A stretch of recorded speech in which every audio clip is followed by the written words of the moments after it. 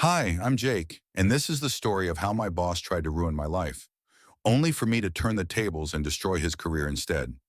At the time, I was working as an account manager at a mid-sized marketing firm. I loved my job and I was good at it.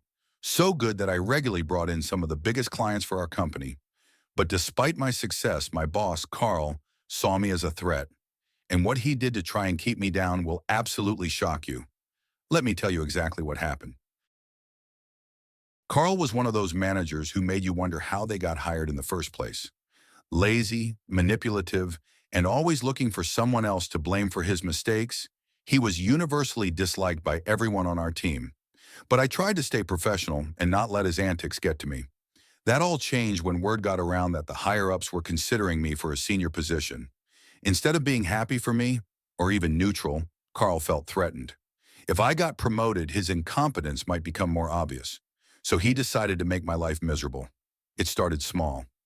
Carl began micromanaging everything I did, changing deadlines without notice, and blaming me for mistakes that weren't my fault. One time he even canceled a critical client meeting I had scheduled and then told everyone I'd forgotten about it. The worst came when Carl wrote me up for poor performance over things I had no control over and made it clear that my job was on the line. I knew I had to act, but instead of confronting him directly, I decided to play the long game. If Carl wanted to mess with me, I was going to make sure he paid for it. Step one was documentation. I started keeping track of every interaction I had with Carl. Emails, meeting notes, and even covert recordings of his tirades. I saved everything. I also spoke to colleagues who had their own horror stories about him. It turned out Carl's bad behavior was a pattern. Step two was digging deeper. I went through old company records and found multiple instances where Carl had fudged numbers to make his team's performance look better. Worse, I discovered he'd been charging personal expenses to the company's corporate card. It was shocking how much dirt there was on him once I started looking. Finally, I compiled all of this evidence into a detailed dossier. My goal was clear. When the time was right, I'd expose him to the board of directors. My chance came during a quarterly review meeting where Carl was scheduled to present our team's performance. On the morning of the meeting, I sent my dossier to every member of the board and HR.